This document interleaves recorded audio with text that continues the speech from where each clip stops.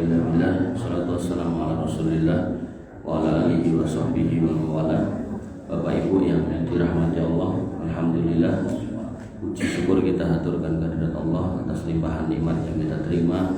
Wabil khusus masih terpilihnya kita menjadi hamba Allah yang beriman, yang kita akan usahakan terus untuk menjaga keimanan itu dan meningkatkan ketakwaannya dengan bermajelis ilmu, karena salah satu cara terbaik untuk meningkatkan iman dan takwa adalah nambah ilmu. Kalau ilmunya ditambah, makin paham. Kalau paham makin cinta. Bapak Ibu yang dirahmati oleh Allah Subhanahu wa taala, tadinya mau saya lanjutkan tentang bakti pada orang tua, tapi karena ceritanya tinggal pendek-pendek, yang panjang itu sudah tinggal 1 atau 2. Terus diminta sama Mas Ayis untuk melanjutkan sampai jam 8, itu sontek saat pertemuan. Maka delala besok saya diminta untuk menyampaikan materi tentang toleransi, ya, mendingan itu saya sampaikan sebagai kelanjutan dari materi sebelumnya. Bapak Ibu yang dirahmati oleh Allah Subhanahu wa taala, toleransi ini memang ada di dalam Islam, dan Islam termasuk agama yang mengajarkan toleransi. Tapi toleransi juga tidak boleh dilakukan dengan cara yang tidak benar, sehingga akhirnya mengancam eksistensi keimanan. Oleh karena itu, maka sebelum masuk ke poin-poin toleransinya, kita perjelas kedudukan Isa Al-Masih pada akidah kita. Tentu kalau sudah kita bahasakan akidah kita, ya dari Al-Quran saja, jadi sudah nggak kemana-mana. Kalau kemarin kan masih perbandingan agama dalam rangka untuk menunjukkan kepada kita semua panjenengan bahwasanya apa yang kita yakini sebenarnya masih tersisa atau masih ada di dalam Alkitab. Cuman mereka kenapa kok nggak bisa memahami? Itulah yang disebut dengan hidayah. Jadi hidayah itu ketok-motok di depan mata tapi tidak bisa menerima. Nah, itulah hidayah. Orang yang bisa memahami apa yang ada di depan mata itu orang yang mendapat hidayah. Artinya kalau kemudian nggak paham, maka ya berarti nggak dapat hidayah. Maka kembali ke temanya, yaitu tentang siapa Isa Al-Masih, apakah dia Tuhan atau anak Tuhan. Maka tentu jelas di dalam akidah kita, dia bukan anak Tuhan apalagi Tuhan. Disebutkan pada Quran surat Al-Ikhlas, lam yalid wa lam yulad, bahwasanya Allah tidak pernah punya anak dan tidak pernah menjadi anak siapapun atau tidak pernah diperanakan. Sehingga ayat ini jelas menegaskan bahwasanya Allah tidak punya anak dan bukan anak siapapun. Kemudian pada Quran surat Yunus ayat 68 dikatakan waqalu takhadallahu walada, dan mereka mengatakan Allah Ar-Rahman itu punya anak. Subhanahu wa huwal ghaniyyu lahu ma fis samawati wa ma fil ard indakum min sultanin bihada ataquluna 'ala Allahi ma la ta'lamun. Mereka berkata Allah itu punya anak. Maha suci Allah, dialah yang maha kaya, kepunyaannya lah apa yang ada di langit dan ada di bumi. Jadi semua yang di langit dan di bumi Allah nyatakan itu punya Allah. Maka kamu tidak punya hujah tentang ini, gak ada argumenmu yang benar tentang ini. Makanya kemarin kita kita coba bandingkan dengan Quran.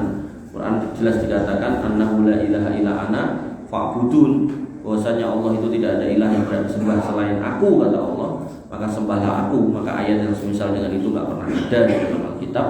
Maka Allah mempertanyakan ataquluna Allahi ma la ta'lamun, apa ya pantas kamu mengatakan sesuatu tentang Allah yang kamu itu gak tahu. Oleh karena itu, maka Bapak Ibu yang dirahmati oleh Allah Subhanahu wa taala, alhamdulillah kita masih di atas petunjuk itu, bahwasanya kita tidak pernah mengucapkan kata-kata seperti itu. Kemudian pada Quran surat Al-Jin ayat 3 Allah Subhanahu wa taala mengatakan wa annahu ta'ala jaddu rabbina mattakhadha sahibatan wala walada, dan bahwasanya Allah Maha Tinggi, Allah dengan kebesarannya, dia adalah Rob kita, Rob kami, maka dia tidak beristri dan tidak pula beranak. Jadi yang masih ada sing memaksakan dia iki duwe bojone namanya Bunda Maria misal gitu, maka ayat ini menegaskan Allah tidak butuh istri dan juga anak. Jadi kalau nggak punya istri, ya otomatis nggak punya anak. Bukan berarti kemudian Allah nek beristri terus bisa punya anak. Bukan. Allah nggak butuh dengan istri, otomatis anak juga tidak. Bapak Ibu yang dirahmati oleh Allah Subhanahu wa taala, Dan kemudian pada Quran surat Maryam ayat 88 sampai 93 sebutkan waqalu takhadar rahmanu walada, dan mereka berkata Allah Ar-Rahman itu punya anak, Ar-Rahman yang pertama. Kemudian laqad ji'tum syai'an idda, sungguh kamu telah mendatangkan perkara yang sangat mungkar.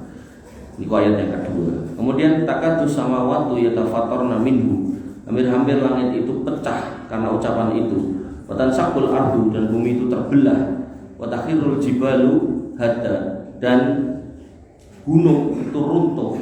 Kenapa? Anda'au lirrahmani walada, ayat keempatnya Allah menyebut Ar-Rahman. Kemudian wa may yanbaghi lirrahmani ayyattakhidha walada, dan tidak pantas Allah Ar-Rahman itu punya anak. Ini ayat yang ke-5 Allah nyebut Ar-Rahman. In kullu man fis samawati wal ardi illa atir rahmanu abda. Bahwasanya semua yang ada di langit dan di bumi, gak ada suatu pun seorang pun kecuali datang kepada Allah Ar-Rahman selaku hamba. Ini ayat 88, 89, 90, 91, 92, 93. 6 ayat Allah menyebut namanya Asmaul Husna, yang digunakan di sini cuma satu, yaitu Ar-Rahman. Menunjukkan bahwasanya sebenarnya Allah itu nggak senang disebut punya anak, nggak senang disebut sebagai bapak seseorang, nggak senang disebut sebagai suami seseorang. Maka Allah itu sakjanya itu murka. Hampir-hampir langit itu diruntuhkan, dipecahkan, hampir-hampir bumi itu dibelah, hampir-hampir gunung itu dihancurkan karena ucapan itu. Tapi karena Allah itu Ar-Rahman, maka wa ma arsalnaka ila rahmatan lil alamin, maka tafsir dari rahmatan lil alamin pada sisi pengutusan atau risalah Nabi Muhammad SAW itu bahwasanya ketika Nabi Muhammad SAW itu diutus, maka mereka yang membangkang dari dakwah Nabi ini tidak kemudian di bumi hanguskan seperti umat-umat terdahulu. Oleh karena itu maka orang-orang yang hidup ketika Nabi SAW itu diutus dan sampai hari kiamat nanti senajano berbuat dolim, berbuat kafir gitu kan, maka mereka tetap bisa menikmati kehidupan yang ada di muka bumi karena Allah adalah Ar-Rahman. Dan Ar-Rahman ini sebenarnya cuma 1% dari rahmat Allah yang ditebarkan di muka bumi, itu terbagi kepada semua makhluk, apakah yang beriman maupun yang kafir, apakah manusia, apakah binatangnya, apakah tumbuhannya, semuanya dapat. Apakah yang kelihatan maupun yang enggak, semuanya dapat. Nah, karena Allah ini Ar-Rahman, maka Allah niku sakjane itu sebel dengan ucapan itu, marah, murka, pengen membumi hanguskan. Tapi karena Allah Ar-Rahman, maka Allah menunda semua itu. Menunda semua itu terjadi di muka bumi. Ning Allah sudah memberikan kisi-kisinya, sudah memberikan pendahuluannya, pembukaannya. Makanya kalau dengan titeni pada bulan-bulan 12 itu bencana banyak sekali. Neng kok ya dilalah yang ditimpa atau yang terkena adalah orang-orang yang beriman. Kenapa? Karena Allah Subhanahu wa taala menyebutkan pada Quran surat Al-Mulk, liyabluwakum ayyukum ahsanu amala, untuk ngetes mana di antara kita imannya yang paling baik. Artinya kalau kemudian Allah sinkron dengan ucapan ini, lalu Allah menghukum mereka yang mengatakan Allah itu punya anak, insya Allah besok udah nggak ada orang yang kafir masuk Islam kafir. Jadi kalau misal lagi nyanyi-nyanyi tempat ibadahnya gitu kan, menyebut si fulan ini sebagai anak Allah, terus niku tempat ibadah ambles, besok do tobat kabeh. Tapi tabiat hidayah hari ini itu bukan seperti itu. Bahwasanya Allah itu punya rahmat, carilah rahmatnya, ikhtiari dengan bermajelis ilmu, carilah hidayah itu.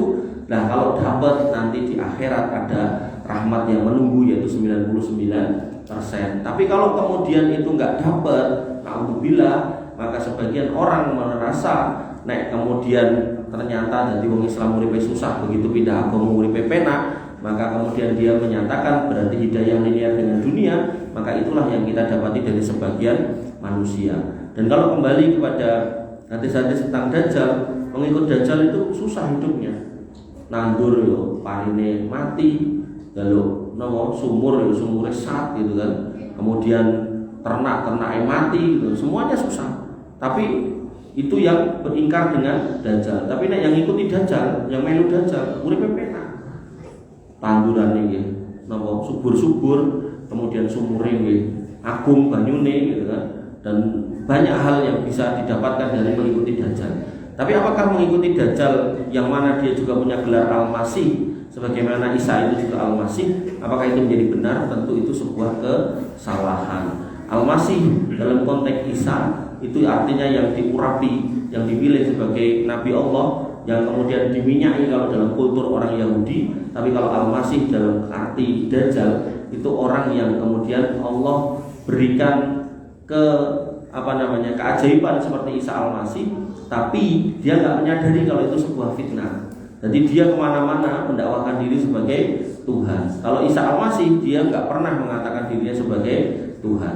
Sehingga orang-orang yang mempertuhankan Isa Al-Masih ketika kemudian kedatangan Dajjal, maka dia akan mengikuti Al-Masih Ad-Dajjal. Dan itu fitnah. Sampai Nabi SAW mengatakan, ketika kamu sampai ketemu dengan Dajjal, mendingan kamu pergi. Jangan ngajak dialog, jangan ngajak debat, jangan ngajak berantem, karena hal itu tidak akan banyak memberikan manfaat kalau kemudian kita tidak punya ilmu yang mumpuni. Bapak Ibu yang dirahmati oleh Allah Subhanahu wa taala. Dan kemudian disebutkan bahwasanya kita sudah bahas minggu yang lalu, Isa Al-Masih itu manusia biasa yang makan karena yakulani ta'am. Mereka dua orang itu, ibu dan bapak itu makan makanan.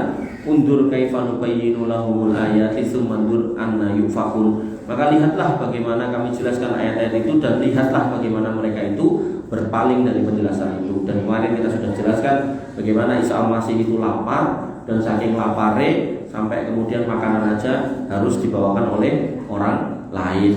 Dia kemudian letih dan juga haus, kemudian saking hausnya sampai harus kemudian minta minum dari orang lain. Saking letih akhirnya ngantuk, akhirnya tidur, saking ngantuknya dugane angel. Nah, maka hal-hal seperti ini nyata, ayatnya bertebaran, tapi fandur anna yufakun. Lihatlah sumandur anna yufakun. Kemudian lihatlah bagaimana mereka berpaling dari ayat-ayat itu.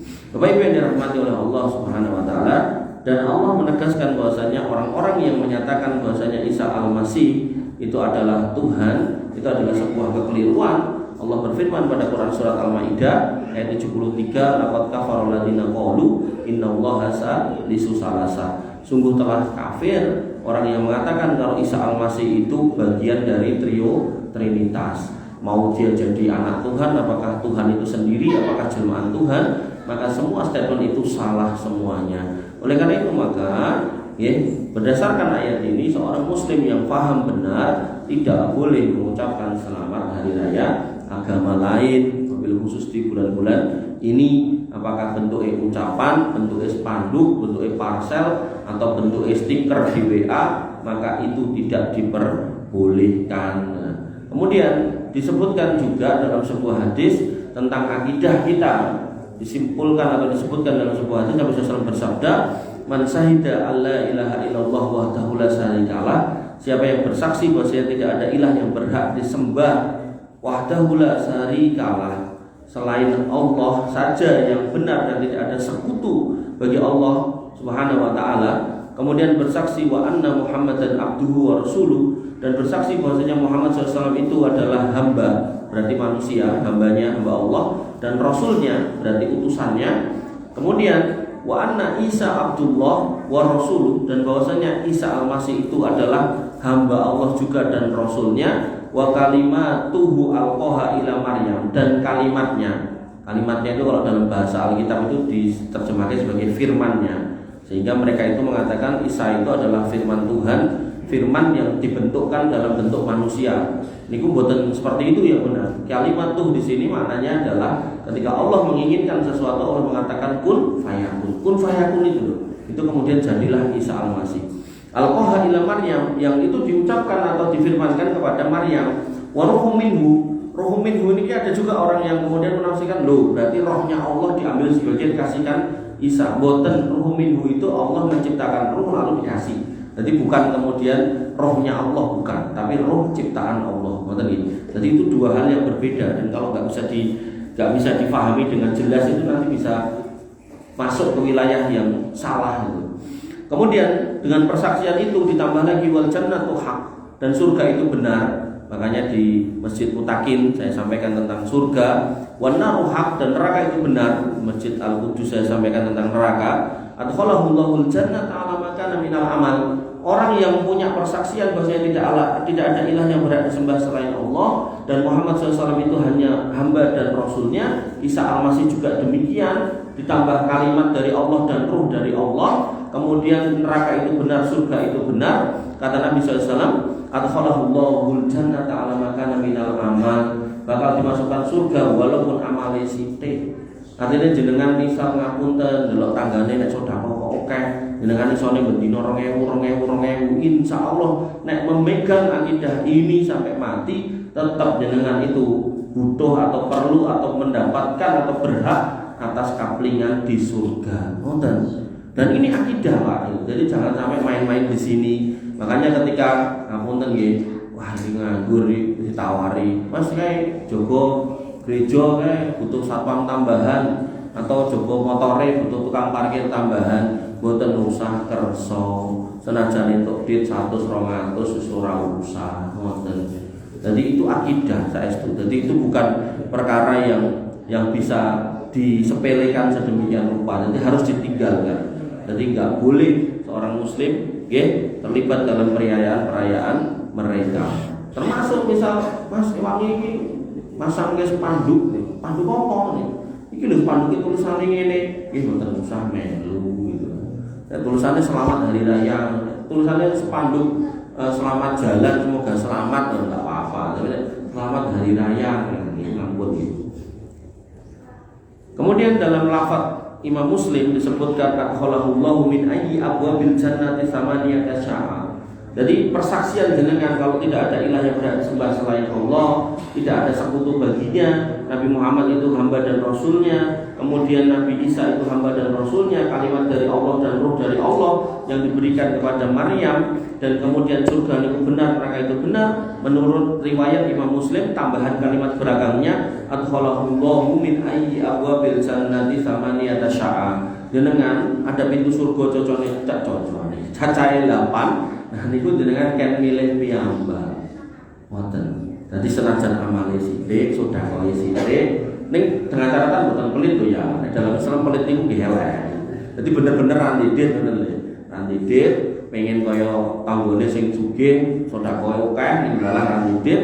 Nah, senajan amale sedikit, sedekah sedikit gitu kan. Tapi karena punya persaksian itu pintu surga ada 8, suruh milih sendiri. Pintu surga niku enten pintu salat, pintu jihad, pintu sedekah, pintu nomole rahmat.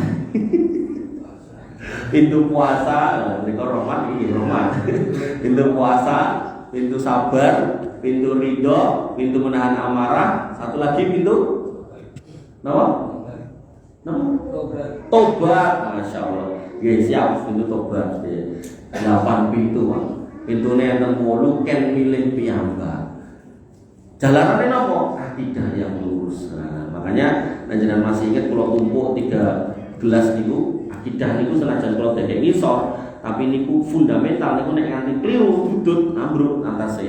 Artinya ibadah kita jadi sia-sia, semua kebaikan kita jadi sia-sia ketika akidah kita bengkok.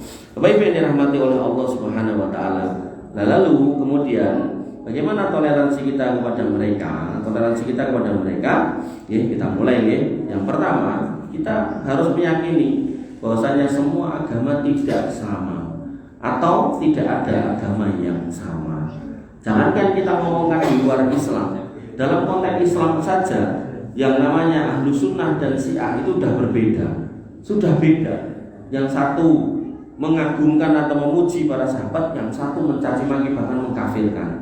Yang satu menganggap Husain itu manusia biasa, bahkan Nabi pun bukan, hanya cucu dari Nabi, sahabat yang mulia. Maka yang satu bahkan menganggap pada level-level kayak Tuhan, melu ngatur alam semesta dan seterusnya. Yang satu Ahlu Sunnah mengimani bahasanya Al-Quran itu sudah qat'i seperti itu. Yang satu mengatakan kalau nanti akhir zaman itu akan turun Quran 3 kali lebih tebal, isinya nggak ada satu huruf yang sama dengan yang sekarang, dan seterusnya. Sesama orang yang mengaku Islam saja dengan label Islam saja, di situ sudah ada perbedaan. Mosok karo agama liya dadi podo, itu kan nggak mungkin. Oleh karena itu maka dalam konteks dengan eksternal agama luar, maka jelas dikatakan Allah berfirman inna dina indallahil Islam. Agama yang diterima di sisi Allah ya cuman Islam.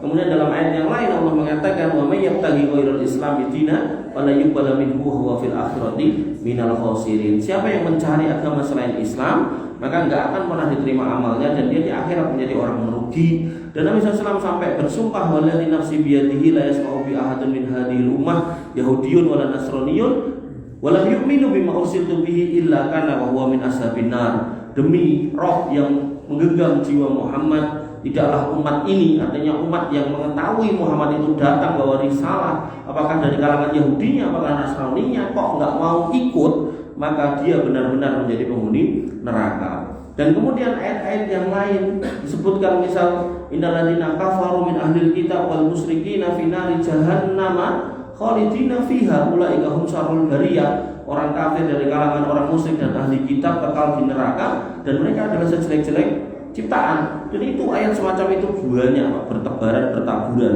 Makanya Allah menegaskan pada Quran surat Al-Maidah ayat 3, al-yawma akmaltu lakum dinakum wa atmamtu alaikum nikmati wa raditu lakumul Islam madina. Islam ini sudah sempurna, sudah diridhoi dan sudah dicukupkan sebagai agama. Makanya kalau ada istilah Old Testament perjanjian lama, kemudian Alkitab disebut sebagai New Testament perjanjian baru, maka Al-Quran kita sebut The Last Testament perjanjian terakhir. Oleh karena itu maka ketika panjenengan ada di posisi yang paling terakhir, itulah pilihan yang paling tepat. Sebagaimana halnya yang jenengan punya putra TK, SD, SMP, SMA kok bisa ngeterke nganti kuliah, alhamdulillah.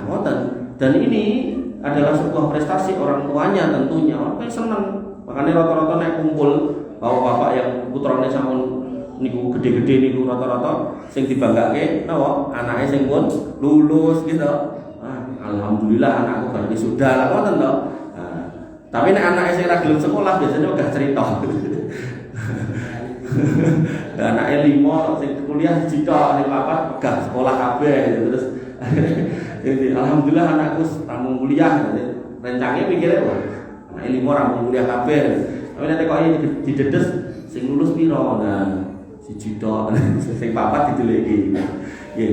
Makanya kita ketika memilih itu sebagai perjanjian terakhir dan kita ada di situ, alhamdulillah gitu. Itu sebuah nikmat dari Allah Subhanahu wa taala. Makanya dengan sehari 17 kali ucapkan alhamdulillahirabbil alamin, alhamdulillahirabbil alamin. Niku nek mung salat wajib tok, dengan tambahi salat rawatib berarti ketambahan melih, dengan tambahi duha ketambahan melih, dengan tambahi salat suruh ketambahan melih, dengan tambahi salat tahajud ketambahan melih, salat witir ketambahan melih. Alhamdulillahirabbil alamin. Makanya dalam hidup orang beriman itu pilihannya yo mung nek alhamdulillah yo innalillah. Alhamdulillah itu kalau dapat nikmat, innalillah itu kalau dapat musibah. Bahkan sebagian ulama, sebagian sahabat itu ketika kena musibah sok-sok ucapannya mboten innalillah tapi alhamdulillah ala kulli hal. Niki nggih angel nih alhamdulillah ala kulli hal. Kesandung kok malah alhamdulillah ala kulli hal. Kelangan duit kok alhamdulillah ala kulli hal gitu. Maka hal-hal seperti ini harus di atas ilmu. Bapak Ibu yang dirahmati oleh Allah Subhanahu wa taala. Dan suatu ketika Umar bin Khattab pernah nenteng-nenteng Allah. Kemudian Nabi SAW melihat dan kemudian mengatakan, "Afi syakin anta ya Ibnul Khattab." Apa kowe ragu karo Quran sing sudah datang sama kita, diwahyukan atau diberikan kepada kita. Alam ati biha baydau nakiyatun. Apakah di dalam Taurat terdapat ajaran yang masih putih bersih? Artinya kita nggak boleh mengatakan Taurat itu nggak pernah turun, nggak boleh. Kita tetap imani dia pernah turun. Tapi kita juga nggak perlu kemudian untuk mengkaji dari awal sampai akhir. Dalam kasus yang saya sampaikan kemarin kan itu cuma ayat-ayat yang saya comot agar kemudian menjadi sebuah ilmu. Jadi bukan berarti pulau itu wocok ke awal tekan akhir boten. Ini nanti buka-buka boten. Cuman maksud saya itu menggunakan atau digunakan untuk menjelaskan bahwasanya ilmunya itu masih ada di situ. Nah, makanya di sini Nabi bertanya, apakah masih ada ajaran yang putih bersih di situ? kan sudah dicampur aduk gak karu-karuan. Laukana akhi Musa hayya, sekiranya saudara, nanti Nabi sudah menyebut saudara kepada Musa alaihissalam, hayya hidup, mawasa'ahu illa tibai, maka enggak ada kelonggaran buat dirinya, enggak ada udur buat dirinya kecuali harus ngikut aku. Dan itu benar-benar dilakukan Nabi Isa ketika turun nanti di akhir zaman.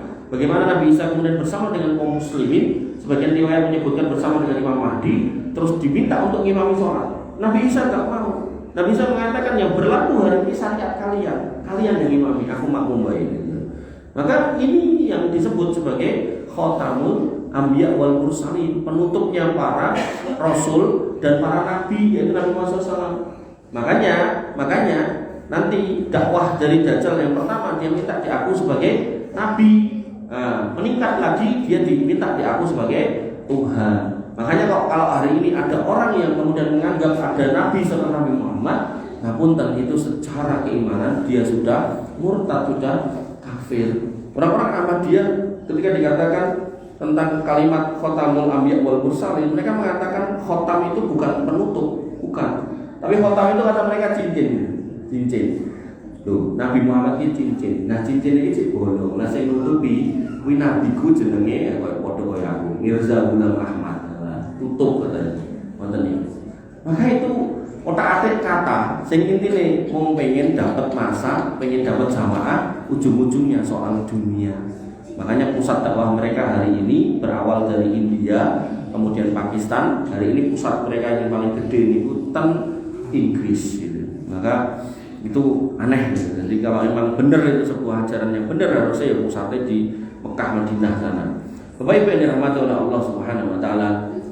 Lalu ketika kita ngomongkan orang kafir itu siapa, tadi sudah saya singgung, innalladzina kafaru, sesungguhnya orang kafir yaitu min ahli kitab. Jadi ahli kitab Yahudi dan Nasrani pada ayat Al-Baqarah ayat 6 dijelaskan atau dinyatakan sebagai orang kafir. Kemudian wal musyrikin, orang-orang musyrik dalam konteks negara kita, di kita ya berarti orang selain ahli kitab, yang agama selain ahli kitab. Jadi selain Yahudi Nasrani, maka itulah disebut sebagai orang musyrik. Dan keyakinan kita, keimanan kita, mereka finari jahannam khalidina fiha, kekal di neraka jahanam. Ulaika hum syarrul bariyah, mereka ciptaan yang paling jelek. Nah, pertanyaannya, orang kafir itu komposisinya atau kategorinya seperti apa? Maka disebutkan dalam beberapa kitab, orang kafir itu dibagi menjadi 4. Yang pertama kafir dhimmi, yaitu kafir yang hidup di tengah orang Islam dan berada di bawah pemerintahan kaum muslimin, dan mereka membayar jizyah atas keamanan yang mereka terima sajarnya. Nah, jadi ada orang-orang yang minta dijamin keamanannya, mereka membayar jizyah. Nah, kemudian ada kafir muahad, yaitu kafir yang berada di dalam perjanjian dengan kaum muslimin dalam jangka waktu tertentu. Ini seperti orang-orang yang jadi duta besar atau orang-orang yang datang ke sini pakai visa.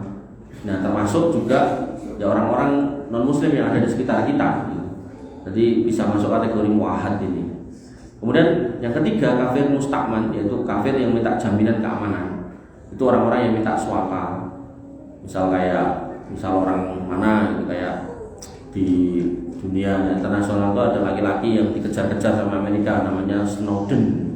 Jadi dia bisa membuka datanya Amerika. Sekarang dia delik di Rusia. Nah, itu delik di Indonesia, dilindungi sama Indonesia, ya berarti itu kafir mustakman. Nah, kemudian yang keempat kafir harbi, yaitu kafir yang dalam kondisi peperangan mereka memerangi kaum muslimin. Nah, dari 4 kafir ini yang boleh diperangi itu cuman yang keempat, 1, 2, 3 boten angsal moten. Sehingga bentuk toleransi kita yang paling fundamental, paling dasar, paling paling tegas itu disebutkan Nabi SAW, man qatala mu'ahadan lam yarah raihatal jannah. Siapa yang membunuh kafir mu'ahad, maka dia tidak akan mencium bau surga. Jadi ketika negeri kita ini nggak ada kerusuhan, nggak ada peperangan, tiba-tiba ada orang Islam meledos di gereja, melempar petasan dan seterusnya, maka bisa kena hadis ini, wa inna rihaha tujadu min masirati arba'ina aman. Dan yang namanya bau surga itu bisa dicium pada jarak 40 tahun perjalanan. Nah, saya coba ngitung itu kalau unta berjalan 4 sampai 5 km per jam dan sehari 10 jam, maka ketemunya sekitar 40 sampai 50 km per hari. Nah, di PNG 354 ketemunya itu sekitar 17,7 ribu kilometer per tahun. Kalau di PNG 40 ketemunya 708 km. 708.000 km itu setara dengan ngubengi bumi ping 17,7. Jadi orang-orang yang kemudian membuat kerusuhan di negeri yang damai, wabil khusus menyakiti orang kafir, maka itu diancam oleh Nabi SAW tidak akan mencium bau surga. Padahal ambune surga niku bisa dicium sejauh 17,7 kali ngubengi dunya. Niku nek menyakiti wong Islam napa wong kafir napa melih menyakiti wong Islam, tambah karuan meneh. Bapak Ibu yang dirahmati oleh Allah Subhanahu wa taala. Nah, maka kita meyakini kalau agama kita ini yang benar, itu bagian dari keyakinan kita, tapi dari sisi muamalah kepada mereka, nah tentu ada aturannya. Dan yang paling dasar tadi adalah bahwasanya kita nggak boleh melukai mereka. Nah, kemudian poin-poin berikutnya adalah bahwasanya kita tidak boleh menyerupai mereka, apalagi meniru ibadah mereka. Nah, jadi kita dalam beribadah pun nggak boleh sama. Makanya saya pernah contohkan ada kelompok Islam yang ngangkat imam membaiat, lalu kemudian ketika ada umatnya, anggotanya yang berdosa dan dia pengen bertobat, itu disuruh buat surat pernyataan. Saya menyatakan diri menyesal, bertobat dan seterusnya, sampai akhirnya sedekah sekian juta tanda tangan di atas materai. Nah, itu serupa dengan perbuatan orang Nasrani dengan pengakuan dosanya. Ada juga orang Islam dari kalangan orang Syiah yang dia kemudian meratapi kematian Imam Husain dengan mencambuk-cambuk dirinya sampai berdarah-darah. Ini nggih serupa dengan orang-orang Kristen yang merayakan atau memperingati kematian dari Tuhannya dengan cara dicambuk sampai berdarah-darah. Nah, Islam nggak mungkin sama dengan itu. Allah Subhanahu wa taala berfirman pada Quran surat Al-Maidah ayat 3, "Al-yauma ya'isal ladzina kafaru minal ladzina amanu." Hari ini orang-orang kafir telah berputus harapan untuk dapat menyesatkan kalian. Fala takhafuhum wakhshawni, jangan kalian takut kepada mereka dan takutlah kepadaku. Al-yauma akmaltu lakum dinakum wa atmamtu 'alaikum nikmati wa raditu lakumul Islam madinah. Hari ini telah aku cukupkan agama ini, aku sempurnakan dan telah aku cukupkan nikmatku untuk kalian serta aku ridhoi Islam sebagai agama kalian. Artinya kalau ini adalah agama terakhir sebagai the last testament, maka kita jangan melirik ke belakang. Artinya kalau ada jenengan punya putra udah lulus sarjana terus ngomong kali jenengan, "Pak, aku mau sekolah SMP meneh," ngoten niku pripun niku? Ya tentu kita gak akan menyetujui dong, ini kurang gawean. Memper malah S2 apa malah mosok SMP meneh gitu ya. Nah, itu juga kita bisa pahami logika-logika sederhana seperti itu. Artinya kalau kita sudah sempurna dengan tatanan yang diucapkan atau difirmankan oleh Allah Subhanahu wa taala dan kemudian dinyatakan oleh Nabi Muhammad SAW, kalau Islam ini sudah selesai, maka ya jangan pakai tatanan-tatanan yang lain kan. Terus akhirnya muncul Islam kejawen, jadi campurannya antara Islam kali Hindu, itu gimboten toh. Terus antar mungkin Islam nopo meleh sama nopo meleh ampun gitu kan. Jadi ya Islam aja gitu. Jangan kemudian dibungkus dengan agama lain, karena emang kita itu berbeda gitu loh. Kita itu berbeda, dan pada perbedaan itu kita nggak boleh menyakiti. Tadi sudah saya sebutkan, Nabi sudah melarang jangan sampai kita menyakiti orang non Muslim. Nek nganti dilakoni nganti nekat, maka nggak akan mencium bau surga. Wong surga niku ambune bisa dicium 40 tahun perjalanan atau setara dengan ngubengi bumi ping 17,7 atau 18 kali. Kan itu kan sebuah ancaman yang sangat tegas, sangat besar, sangat mengerikan itu. Artinya kalau kemudian kita mau menyimak dengan benar, disitulah sisi toleransi kita, bukan kemudian mencampur adukan. Bapak Ibu yang dirahmati oleh Allah Subhanahu wa taala, dalam sebuah riwayat Nabi juga mengatakan mantasabbaha biqaumin fahuwa minhum. Siapa yang ikut-ikut suatu kaum maka dia seperti kaum itu. Jadi Nabi juga nggak mau ikut-ikut. Makanya dulu ada seorang utusan yang kemudian dia pas nongol niku utusan Romawi, pas Romawi itu bremose wandel banget itu. Kemudian Nabi mengatakan, "Lho kok kowe ngono bentukmu?" "Oh iya, kami itu budayanya kayak gini." Ya wis, aku tak ngongkon para sahabat untuk numbuhke jenggot kalian menipiskan kumis ngoten niku. Jadi Nabi itu sampai pada seperti itu enggak mau. Termasuk tentang puasa Asyura. Ketika Nabi SAW berpuasa pada tanggal 10 Muharram gitu kan. Maka di situ ada seorang sahabat yang kemudian mengatakan kepada Nabi SAW, "Ya Rasul, orang-orang Yahudi melakukan ini juga." Maka Nabi mengatakan, "Nek tahun ngarep umurku dawa, kita puasa dari mulai tanggal 9. Qadarullah bismillah." Nabi enggak pernah sampai pada tahun depan yang direncanakan itu, sehingga ada sebagian ulama yang berpendapat tetap sunnahnya puasa Asyura itu dimulai dari tanggal 9, sehingga itu disebut sebagai puasa Tasu'a dalam rangka membedakan dengan orang-orang ahli kitab. Sampai seperti itu, Nabi itu nggak mau sama gitu kan. Oleh karena itu maka yang harus kita pahami, ya, dalam sabda yang lain Nabi mengatakan laisa minna man tasabbaha biwailina, bukan golongan kami siapa saja yang menyerupai orang-orang selain kami. Oleh karena itu maka Syekh Al-Utsaimin rahimahullah berkata, patokan disebut tasabuh adalah jika melakukan sesuatu yang menjadi kekhususan orang yang ditiru. Jadi kita termasuk tasabuh yang kita itu menggunakan atau melakukan hal yang itu ciri mereka. Contoh topi santa, itu genah ciri mereka. Nah ini memang itu dicirikan atau menjadi ciri khas orang di luar Islam dalam konteks agama lain, maka kita nggak boleh pakai contoh meleh kalung salib. Makanya ketika Nabi melihat Adi bin Hatim pakai kalung salib, Nabi mengatakan inzakha, copot dulu, coba unggu gitu kan.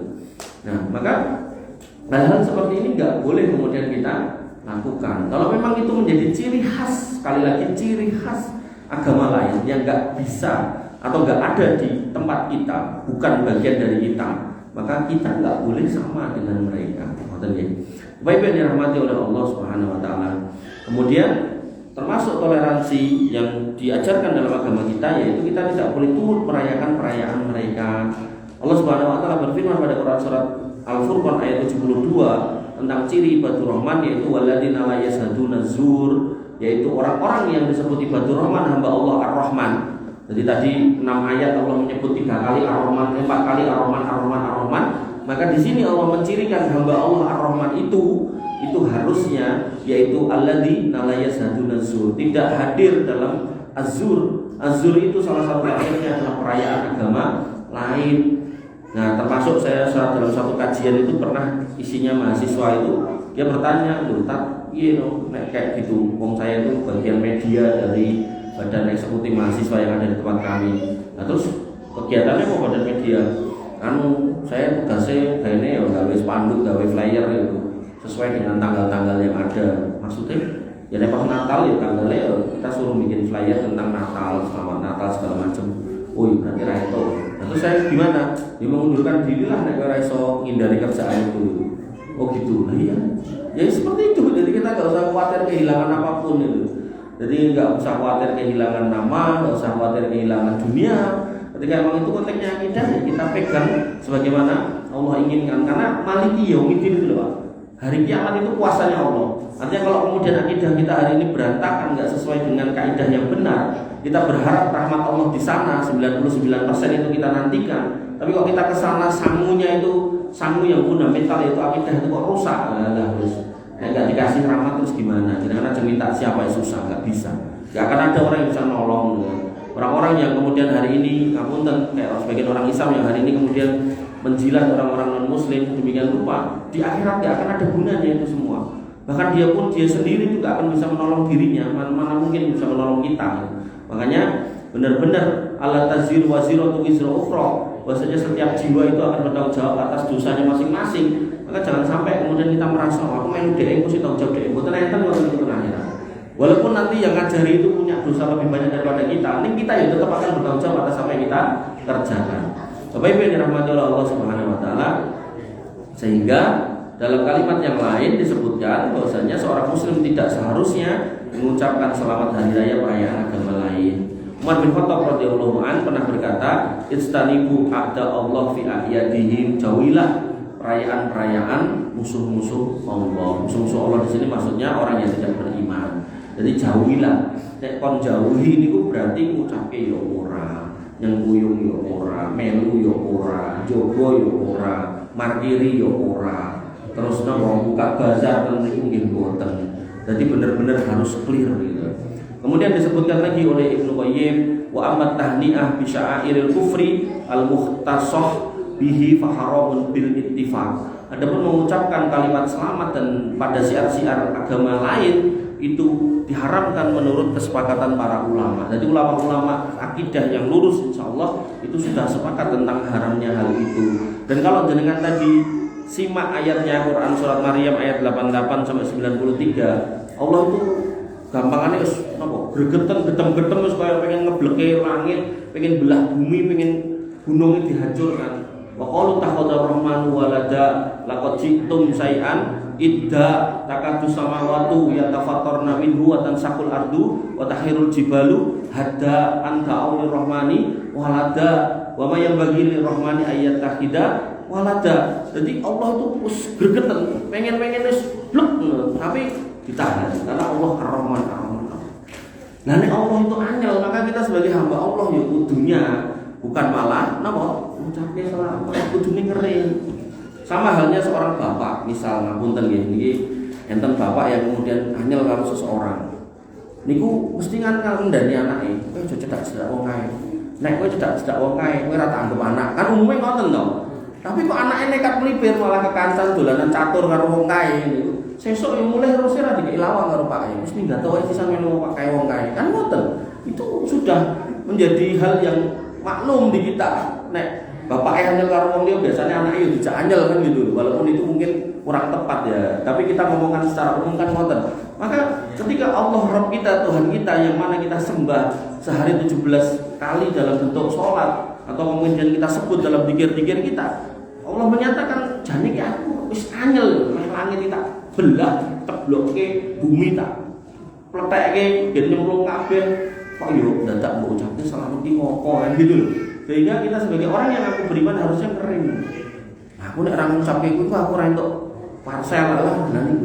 Ngoten niku lho sing kemudian kita tahan diri, bukan soal itu. Kita tuh pokoknya bismillah, yang kita cari itu ridho Allah, yang kita cari itu keberkahan keimanan kita yang nanti akan menghantarkan kita pada rahmat Allah yang sebenarnya.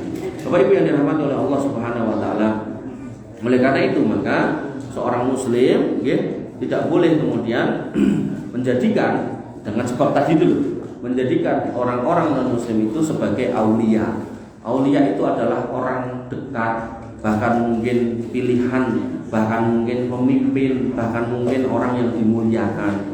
Jadi selama masih ada orang beriman, maka kita diminta untuk bersahabat, berkawan karib dengan orang beriman. La tusahib illa mu'minan wa la taqul ta'amaka illa taqiyun. Jangan bersahabat kecuali dengan orang beriman dan jangan makan makanan kecuali orang yang bertakwa. Jadi nek masih ada orang beriman, walaupun mungkin ya wong iman iki sok-sok nggih, ngoten nika mungkin sok nganyeli, sok utang lali bayar gitu kan. Maka itu secara akidah sekali lagi al-wala wal barok kita masih lebih baik kita berteman dengan orang-orang beriman daripada dengan orang-orang non muslim. Karena kalau dengan berteman dengan orang beriman niku cara dieleke ayo salat niku dia masih paham ya wong Islam kudu salat. Tapi nek sudah berteman dengan orang non muslim dikhawatirkan bukannya malah dengan nyelamatkan dia untuk masuk Islam, malah diajak ke tempat mereka, dengan kemudian diajak untuk memahami apa yang mereka pahami sebagai keyakinan. Makanya dalam sebuah kajian saya pernah ditanya oleh ibu-ibu, Ustaz boleh nggak kita berteman dengan orang LGBT? Dan saya bilang nggak boleh. Kenapa? Almar'u ala dini khalilihi. Teman itu akan mempengaruhi temannya. Bahwasanya agama seseorang itu akan tercitrakan dengan temannya yang tadinya mungkin dia nggak LGBT, lama-lama akhirnya oh ternyata orang LGBT ini apik. Terus akhirnya ya berarti LGBT rapopo. Terus anaknya pamit dua aku tak LGBT, yo ora rapopo, kanca LGBT rapopo. Nah itu perubahan tata nilai pada diri yang nggak disadari itu yang kemudian menjadi musibah yang dalam kaidah usul fikih namanya sadud dariyah, dicegah dengan cara kita tidak boleh kemudian mendekat akrab sekali sampai meninggalkan orang-orang yang beriman. Allah Subhanahu wa taala berfirman, ya ayyuhalladzina amanu la tattakhidu al-yahud wan nasara awliya'a ba'duhum awliya'u ba'din wa may yatawallahum minkum fa innahu minhum innallaha la yahdi al-qaumad dzalimin. Bahwasanya wahai orang-orang yang beriman, janganlah mengambil orang-orang Yahudi dan Nasrani sebagai aulia. Mereka sebagian dengan sebagian adalah berkawan karib. Berarti mereka itu saling mendukung. Artinya kita harus mendukung saudara kita. Jadi termasuk ketika panjenengan misal gadah kelebihan harta terus pengen dibagikan ke tetangga, maka caranya di screening, dipilih dulu tetangganya yang beriman. Di antara orang-orang beriman pilih dulu yang rajin sholat. Di antara orang-orang sholat dipilih dulu yang paling susah. Nek delala sing didongko akeh banget ya monggo tekan nopo tetangga-tetangga yang muslim juga nggak apa-apa kalau konteksnya benar-benar yang dibagikan banyak. Tapi nek yang dibagikan sedikit gitu loh, maka kita pilih pada orang yang beriman. Di antara orang beriman mana yang sholat, di antara orang-orang sholat mana yang paling susah. Jadi jangan sampai sing didungi malah ninggone sing non muslim terus akhirnya sing Islam dan batin. Tahu aku sing non muslim dikai terus, besok tak pindah agama wae ben dikai malah. Maka hal seperti ini jangan sampai jadi masalah. Pun lembut. Oke, siap. Nanti kita lanjutkan ya, insya Allah masih ada sequelnya terkait dengan toleransi di dalam beragama. Kurang lebihnya saya mohon maaf. Waalaikumsalam. Subhanallah.